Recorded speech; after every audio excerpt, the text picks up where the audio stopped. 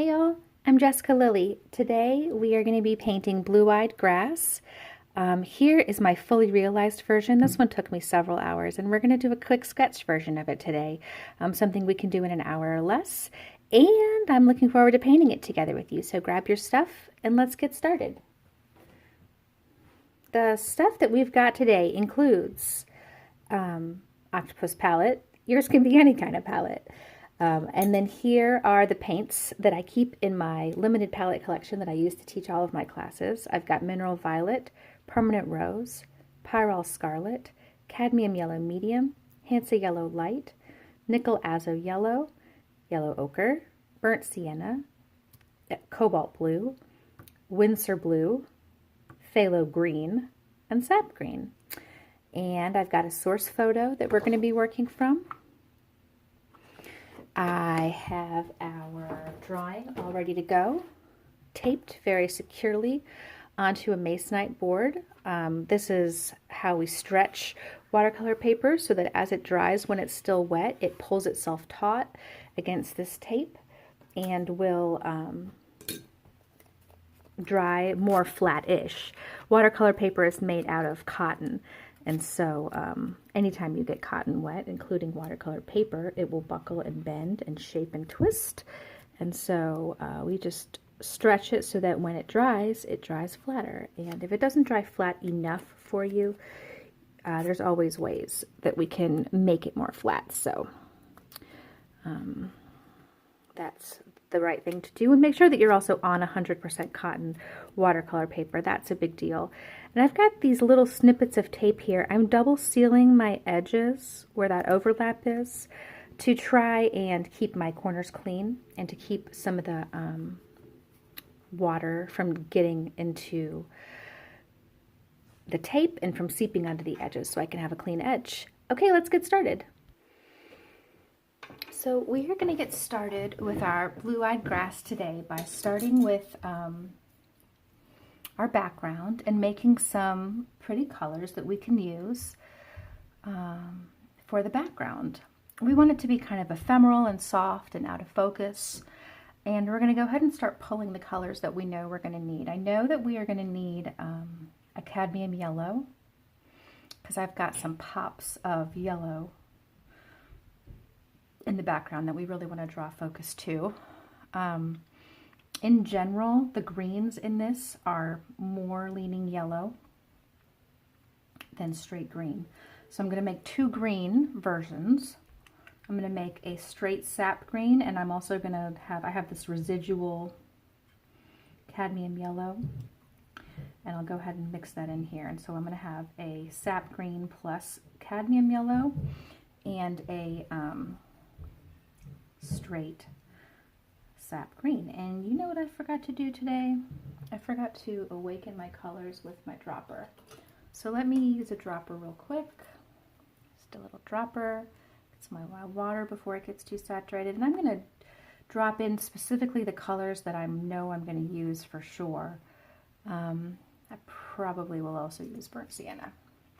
So the colors I dropped into that I'm guessing I'm going to use are Permanent Rose, Cadmium Yellow, Burnt Sienna, Cobalt Blue, and Sap Green. I use these colors every day, so they don't take much to get woken up, but if you haven't used your colors in a while, you may want to give them a minute and let that water soak and make sure that they wake up.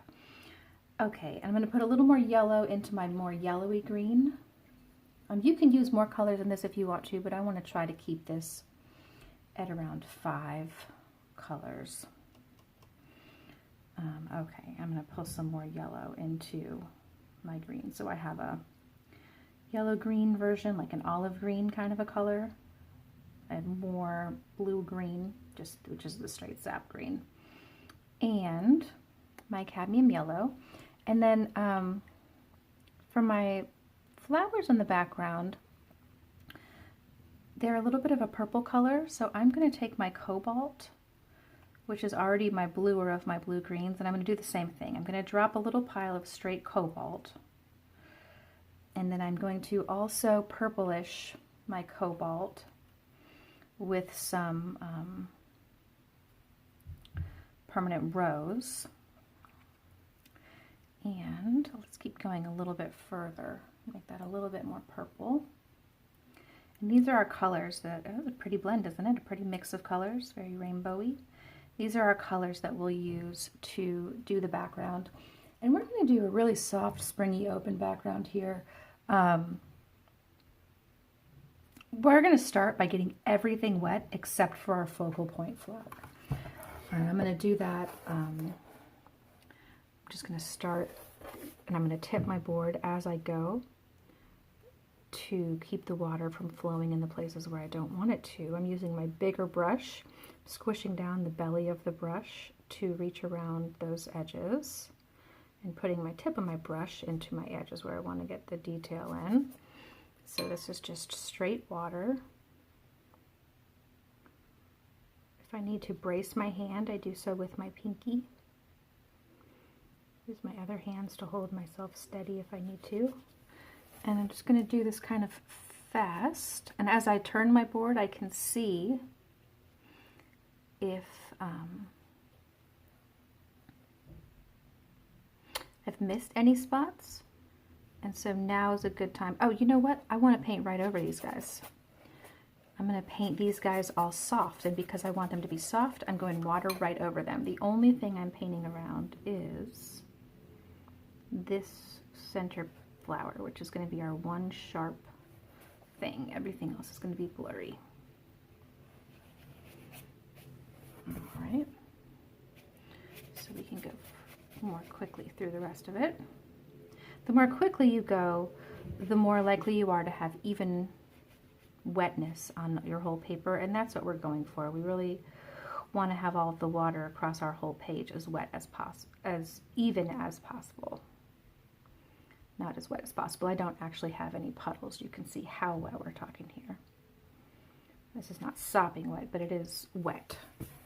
Okay, we're going to go back into this area where we first started, and we're just going to drop a little bit more water in the first started area for that sake of consistent wetness. And now we have a damp. I'm going to pull a damp background. I'm going to pull a paper towel, so I have a paper towel ready to go. And let's start with those, let's start with these blue flowers. So let's do a pretty watery mix on this. These are actually quite light, and I want this to be a darker, the focal point to be more contrasty so that it really stands out. So we'll reach into that shadow area, and we're just kind of suggesting the shadow areas of some of these background things. And you can also just put like a quick dot. We're going to go purple over here. I've got some blue over here, a little over here. And a lot of this we're going to actually leave in the background to be white. So it's going to be a springy white kind of thing. 1, 2, and 3 over here. And maybe a little bit more blue over here. And then as this starts to dry and spread, and again, we want this to be ephemeral and wet and spready and out of focus. All right, so that's our blue first. I cleaned and I dried my brush, and now I'm going into this purple that we made. And I'm going to come here at the base, and as it dries, I'm going to bring in some more speckles on the shadowy edges of this purple color now instead. Now the longer you wait for your paper to dry, the more control you'll have over your colors. Look, I painted a whole leaf in. That's silly. For now, what we'll do is just get this out of here. So you can see if you make a mistake, as long as it's still wet, you don't want to scrub. You can just hold your paper towel down over it, and it'll erase that right off of there. That's going to ultimately be a blue petal, so it's okay, but it's a good thing that I noticed that now. All right, so we just want some polka dots and some speckles of blue and purples happening in the background. They look like little fireworks. Pretty, huh? So it's continuing to dry, and as it's continuing to dry, we're getting a little bit more control over it. It's going to go in more specific spaces and spread less wide, which will be good for our stems and leaves. So I've got some kind of grasses that just come out this way. From here, I've got some that come, and I'm being really loose about this. I'm not being too picky about where these go. I want it to feel impressionistic. I want it to feel light and loose. And I want some sharper parts and a lot of really blurry parts.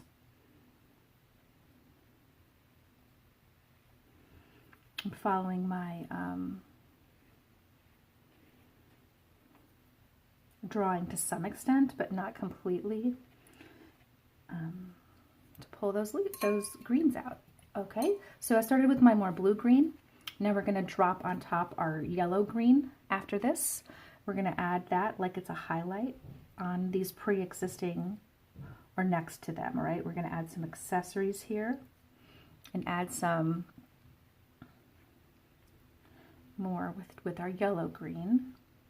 And I'm looking, although I'm not replicating it, I am looking at my photo for inspiration and for an understanding about where I want to put these things, what my shapes are looking like, etc. And I'm leaving tons of white space because I want it to feel that way.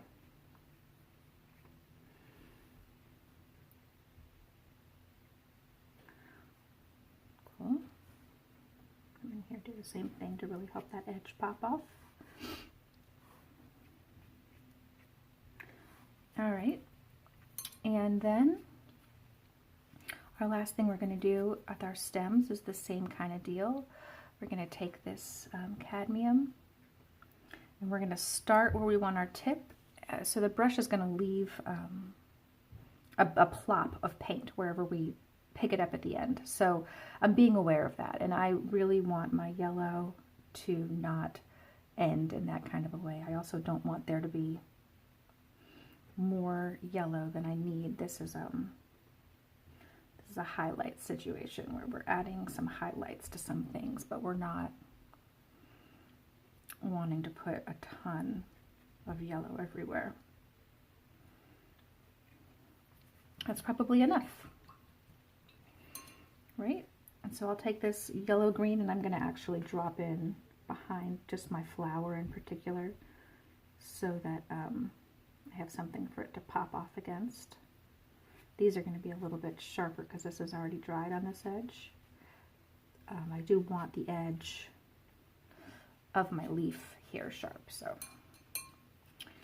and then we can just come in here and add a couple more leaves, grasses, and it's continuing to dry. So as it continues to dry, I'm going to keep working in these details now on these flowers, especially leaning into just the specific shadow areas.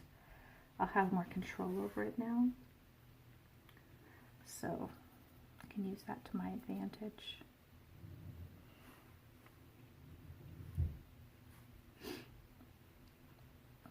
Especially on these ones that I drew out originally.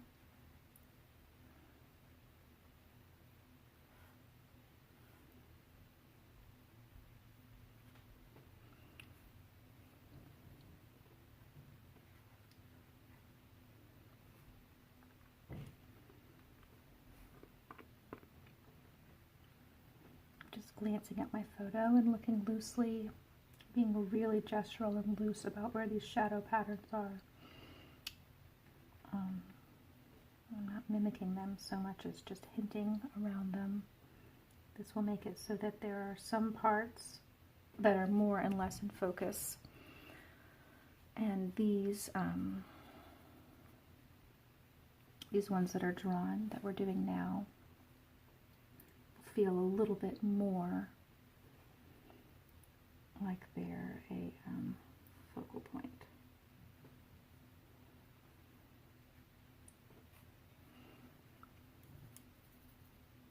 We don't need full contrast on these either because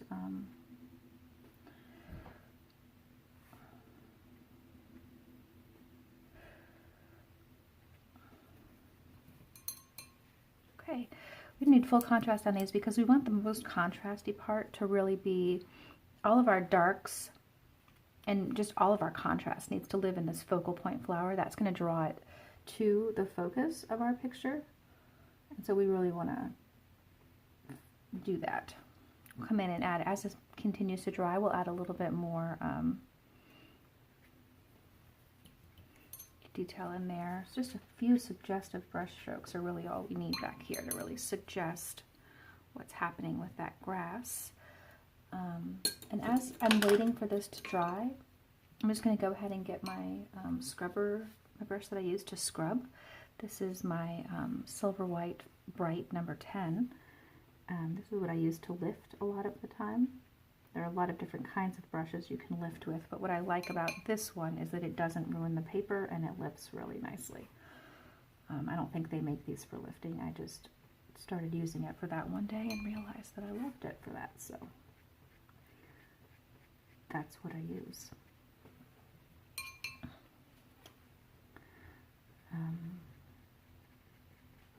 Alright, so I'm just pulling back out little bits of highlight edges while it's still kind of damp. The benefit of doing this while it's still damp is it'll pull more out, and it'll be more, you'll get more of a highlight than if you wait and pull it later.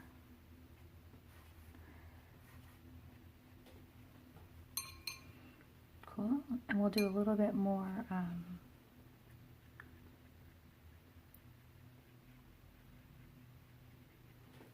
if you really want to get some off, you can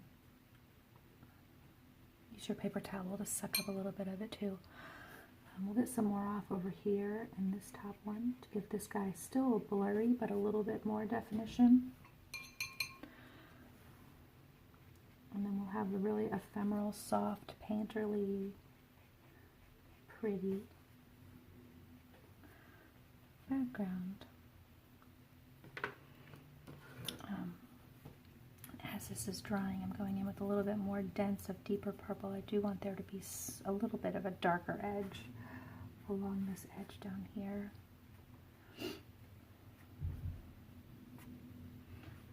Cool. But I really want this stuff to really be soft and feel painterly mostly. That's my biggest concern, is that it feels kind of like an abstraction of the background. It's one of my favorite things about watercolor painting, is that there's this space for this abstraction where the paint really makes a lot of the decisions, and it can sit on the same painting with your realism. The two can hang out together and be friends. Pretty. Let's soften the top of this a little bit. So it's just a little bit less. It's a lot more saturation than we have anywhere else, so get rid of that. Got a little bit more blue back in this corner I'd like to introduce, and then we will be done with our background. Cool. Alright, so I'm going to let this totally dry, and then we will start getting into the realism on our flower in the foreground.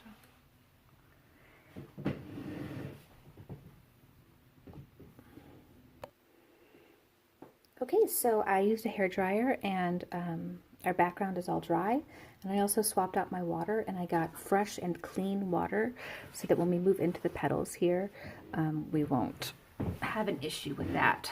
The first thing I'd like to look at is our stem.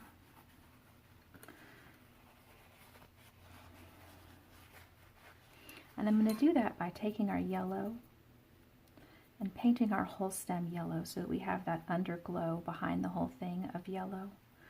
And I'm not going to paint all the way to the edges because there's a little bit of a highlight around the edge, so I want to maintain that highlight around the edge, right? So I'm going close to the edge, but I'm thinking about that highlight edge, and I am intentionally not painting that highlight edge. I want my paint to be juicy and saturated. I'm gonna paint wet into wet on this. And I think by the time we lose this corner, that highlight edge kind of fades off. So we'll do it like that. Now I've got my green, my dark green color, I'm going to start in this round part, and this is going to bleed right out to the edges because I'm wet on wet. And then I also want to fill this whole yellow area. Actually, I want that all to blend in naturally. Pretty, huh? All right, now I'm going to take my yellow green.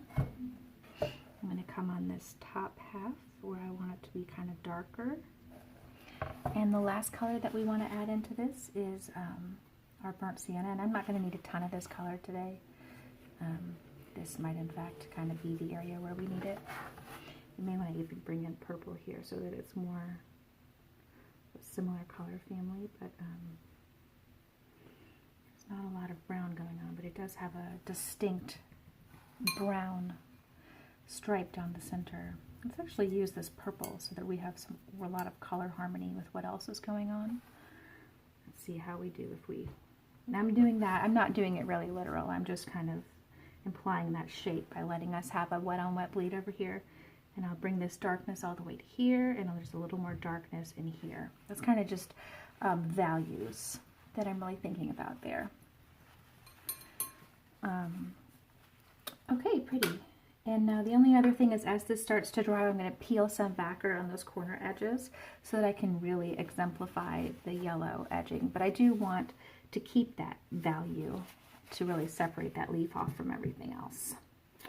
So I'm going to let that start to dry, and as I do so, I'm going to start moving into some of these petals. I'm going to start by petals that are not touching our green stem that we just did. So I'm going to start with my blue base. Some of these petals have more purple in them, and some of them are more blue, and so we're going to drop kind of with the we're going to use watercolor in a magical way with that so that we can really exemplify both those purples and those blues.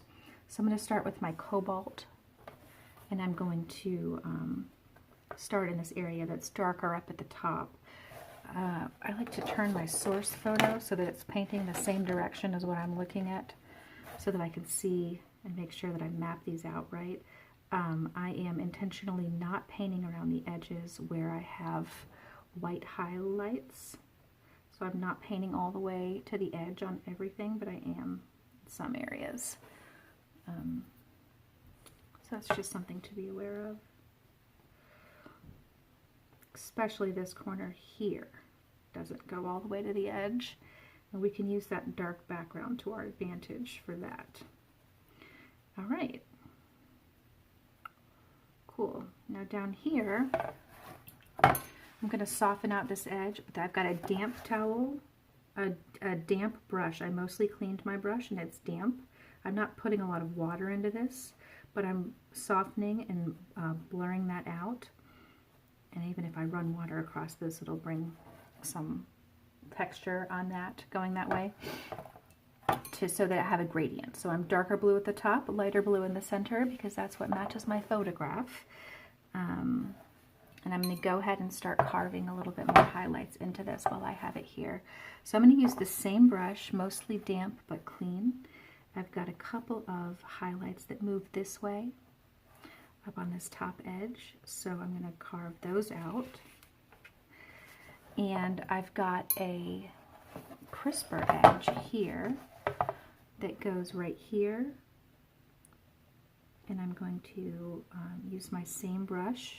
This is one of the reasons I like these brushes for this and not the softer, like a Kolinsky sable or something, because these brushes have enough tooth that I can still carve and shape in a way that something softer wouldn't. And this brush isn't that soft, but it's also soft enough. That's why I really like these brushes. Okay, so I can carve that back out a little bit. And now I have a petal that's mostly blue and has my highlight and shadows nicely in there. My next petal is actually more of a purple color. This guy. We're going to skip this guy until this guy dries. So we're going to go on to this guy. I'm going to move my source photo so I can make sure I'm going the right way. Now I really want to make sure when I paint petals or just anything that my brush only goes in the direction of my paint, right? In this area, in the center, is going to be purple. The rest of it is blue. So that's why I started in that purple, because my brush was already purple. And I'm letting that wet on wet touch it, and I'm dragging my brush in that same direction over the petal, being mindful of where are their highlights, where are their shadows. And I've got one big one here. Honestly, this doesn't really need to get overworked. That's pretty, and that's probably enough. So for now, I'm going to let that be for that petal. There's not really much of a reason to do much more than that. The next petal I'm going to do is this one, because it's not touching anything. And down, it's more pale. So I'm going to bring more water in, and I'm going more pale. And I'm going to start, the direction of this follows these little lines, so it's going to go up and over. And more important is that I follow those lines than that I follow the exact patterning on the petal. This doesn't have a lot colored in on this. In fact, it's mostly very light colored with hardly anything colored in on it, except that these shadows underneath this are covered in. And I've got a shadow under this. And then I'm going to drop some blue in the corner of that. But you see I just did the one dot so that it does that magical wet on wet blend.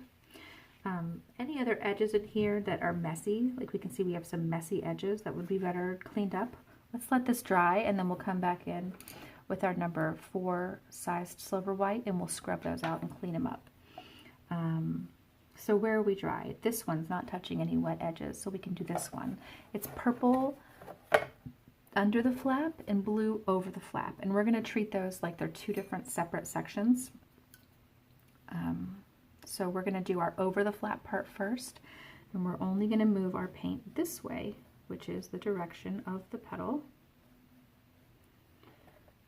And I've got some value increase, meaning it's darker along that edge. So we'll add some value into there.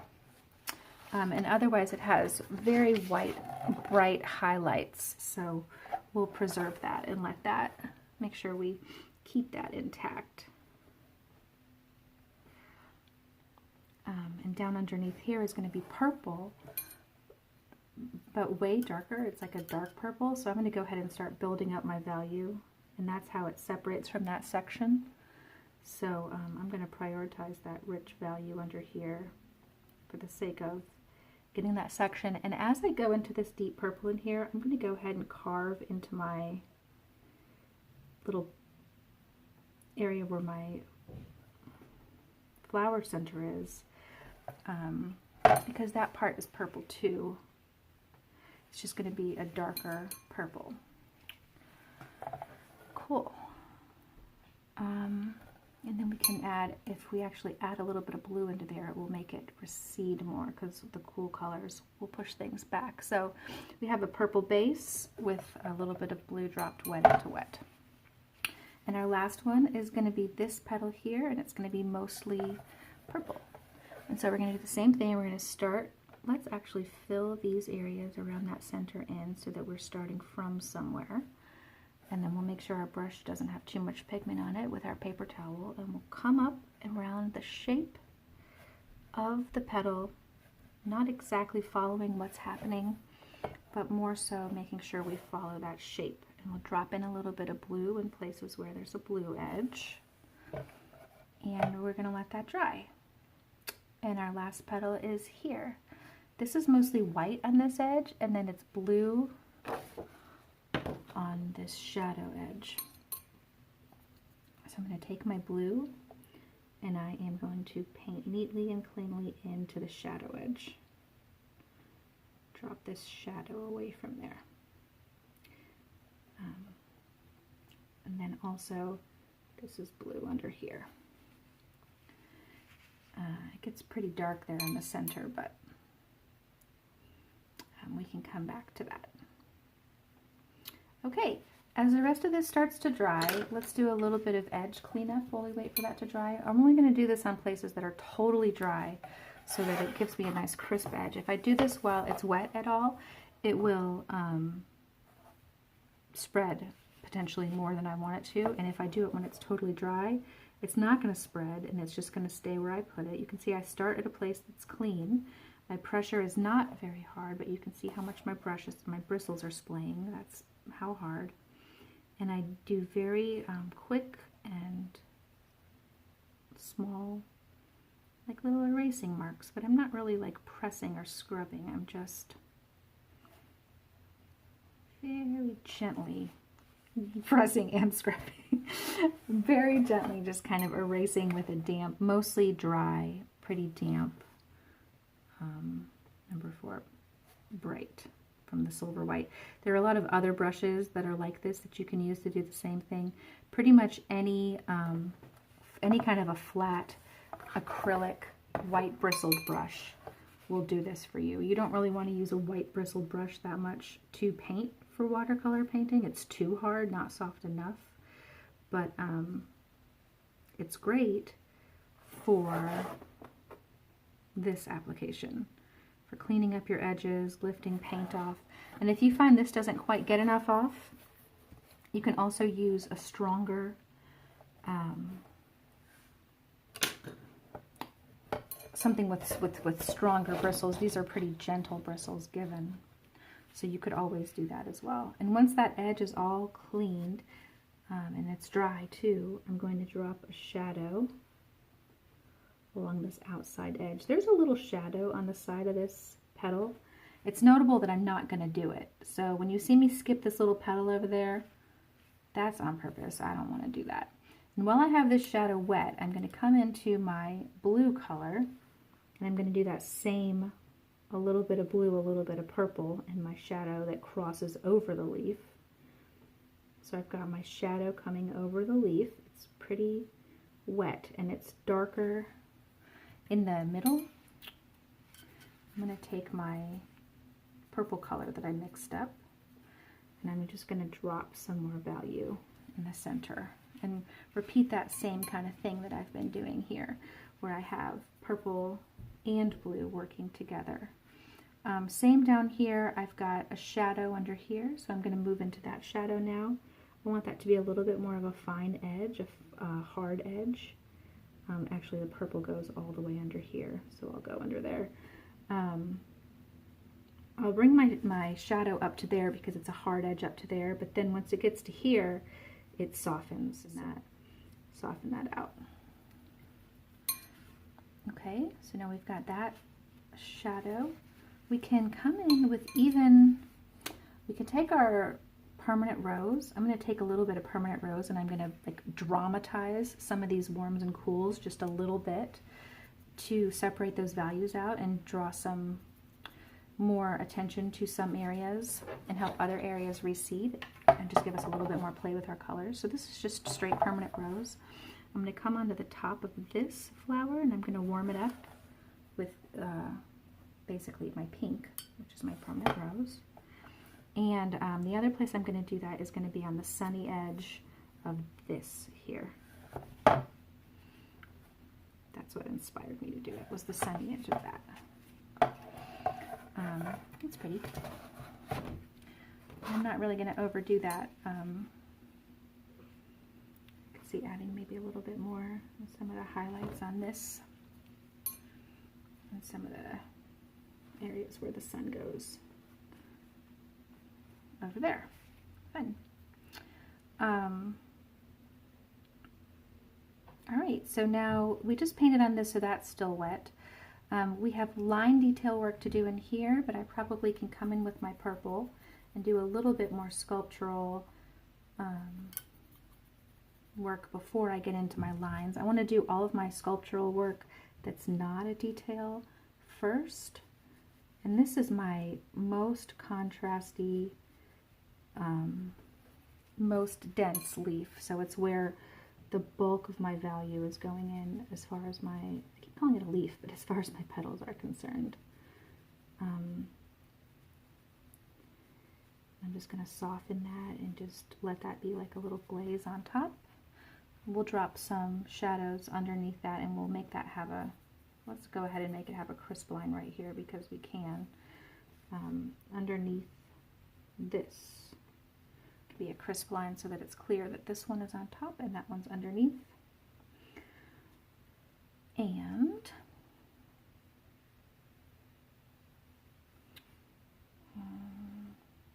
great. All right, so now we've got this dry, and let's get a little bit of, we're running low on paint here, so let's get ourselves some more of this purple color. It's just permanent rose and cobalt blue. And I want to have a shadow. It's literally just like a hard-edged shadow. I want it to look like that. So I'm going to drop my shadow.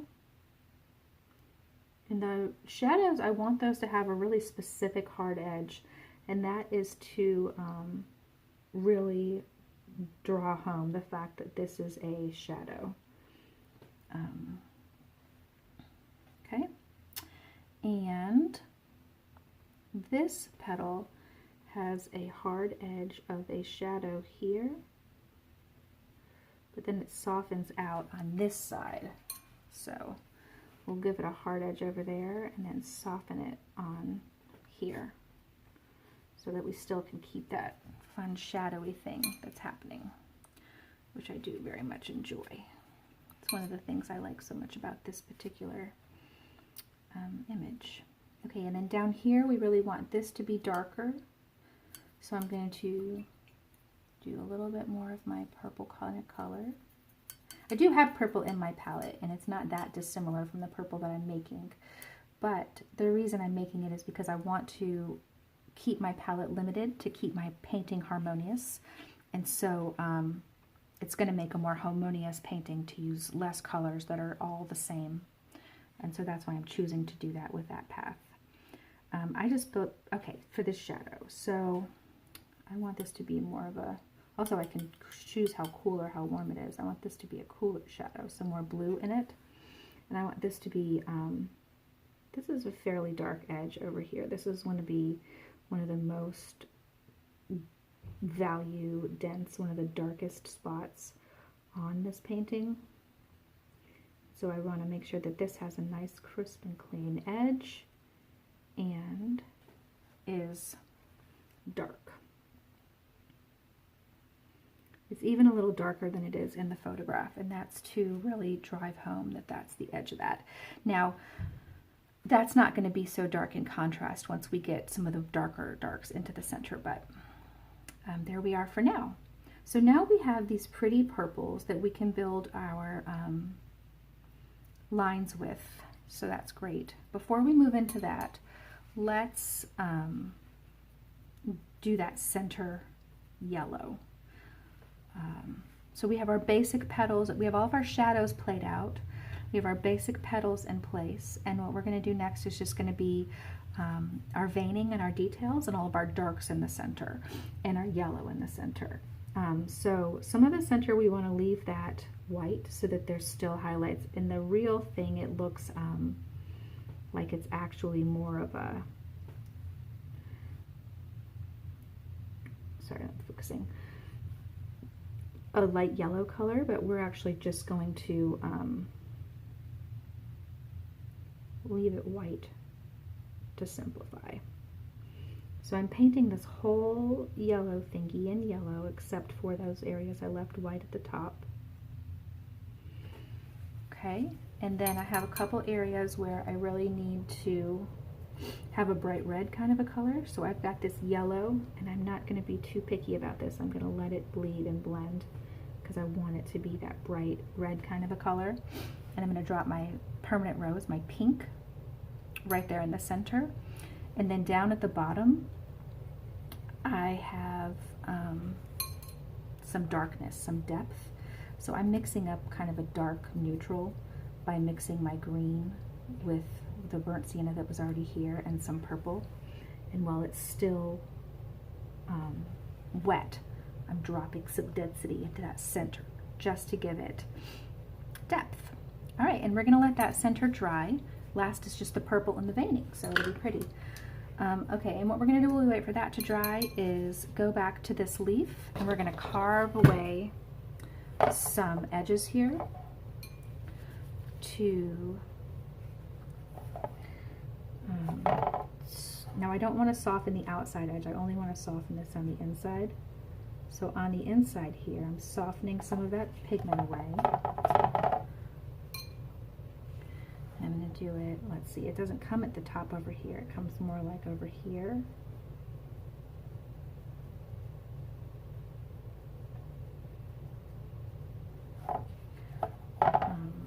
This is how I like to paint sculpturally. I like to carve as I paint. And so this is one of the ways that I do that. And I'm going to go all the way down here with this. And that yellow is going to come out naturally on its own just because it's in there, but I do want to dramatize that yellow. So we are going to add a little bit more yellow in there, and we might draw a little bit more detail in here too. Along the edge of this, there's a highlight in there, so we can give that like a quick little detail.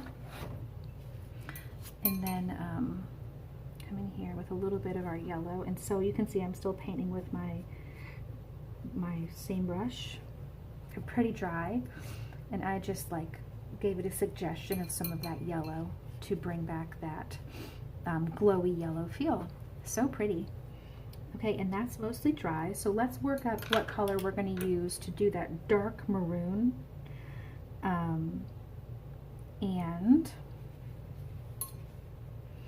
I'm going to also do one more thing. I'm going to take this bright pink and I'm going to close this shape off here because I think that those are like closed shapes. We could, you know, if you were using more colors, you could color those in with a lighter yellow, but I'm going to just leave them white so it is simplified and so that it draws attention to it. All right, let's mix up a little bit of a neutralized, more blackish leaning purple kind of a color. So to neutralize our purple, which is basically what we're doing, we're going to go with this green in our purple situation. So we're going to leave the green in our purple, and then we're going to make a little bit more of it, and we want it pretty paint dense because we're going dark, dark, dark. And in leaving the green in there, it's going to make it decrease the saturation. So now we'll have a deep purple that's a little more leaning towards gray. We'll choose how much red we want. I want a little bit more red personally, but you may think that that might have been enough for your taste as well. This is just my taste. So now I have this deep, beautiful, dark purple red. Possibly my favorite color, purple. And this is the color that we're going to use to do our dark details.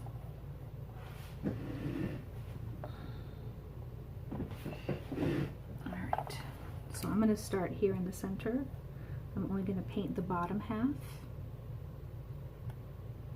And I'm just looking at my source photo, seeing what I got going on. I'm going to actually let that dry and then come back in with this afterwards and sculpt in that highlight. It'll make it bleed less and it'll be easier to deal with. So I'm going to start turning my board as I go around. I'm going to start with this petal. And this dark purple is how we are separating ourselves, is how we're giving shape to this inside part, but it is also how we are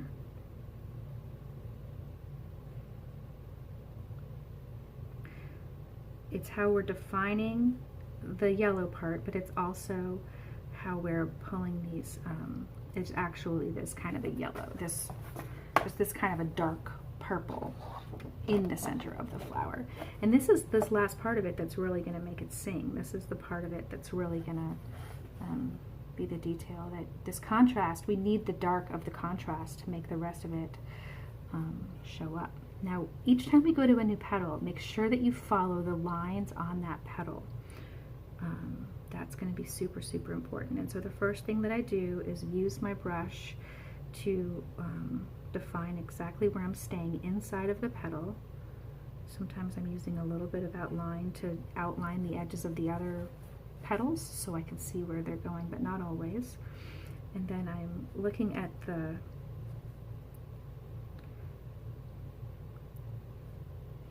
source photo to see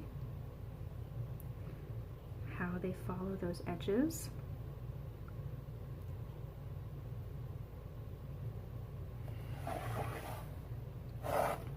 Okay, now I'm going to clean my brush a little bit, and I'm going to draw some of that out into plain water so that I have some that's a little bit less intense.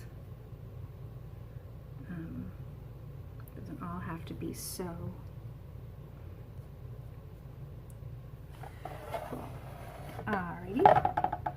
So now I'm just moving around inside of this edge. I have more of this.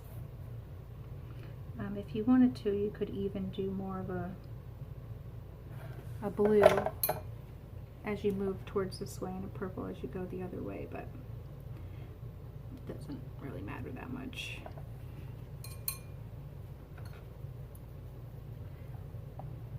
And as soon as I say that, I am going to drop the blue in.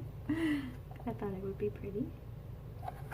And again, blue is going to recede, so the blue is going to help it to pull further away from the viewer. All right, a little bit of blue. And, you know, notably I've got an interesting shape of blue on the other side of this as well. So I'm going to come on the other side of this, and it comes out like this.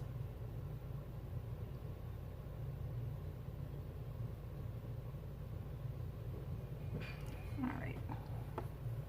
Now, like I said before, there's a little shadow down here that I'm just not painting. It's a shadow of the leaf, but I have just decided I'm not that into it.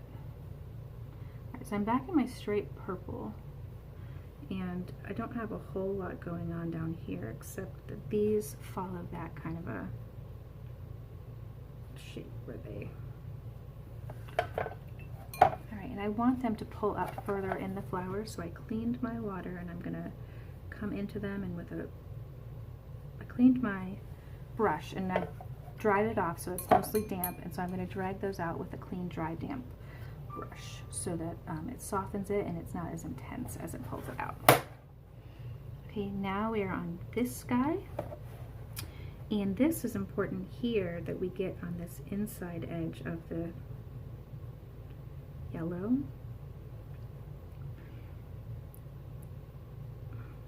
And again, I like to remind myself and you that I'm not actually a medical or a botanical illustrator. I'm a painter who likes flowers, so this does not have to be a botanically exact illustration in my mind. It just should be pretty and remind us of this flower and be enjoyable to paint and celebrate the flower and the nature and the spirit of the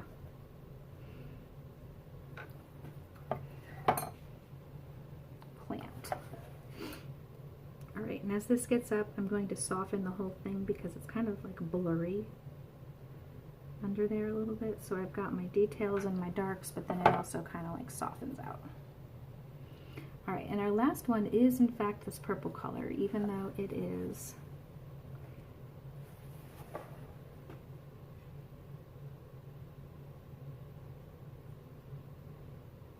I'm going to put this line here to really separate that out, but also I really want to exemplify that this is a highlight edge along the top of the white thing, and so by putting that dark purple line behind it, I can help to remind us, I give a visual cue that that's what that is. Now here I want to make sure that these have that kind of a patterning.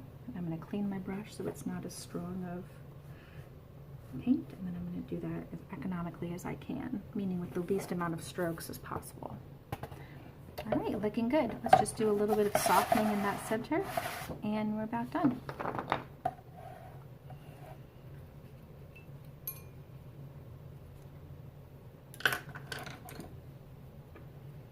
All right, so I've got my number 4 silver white, and again, I always have this paper towel in my hand to keep my water control low.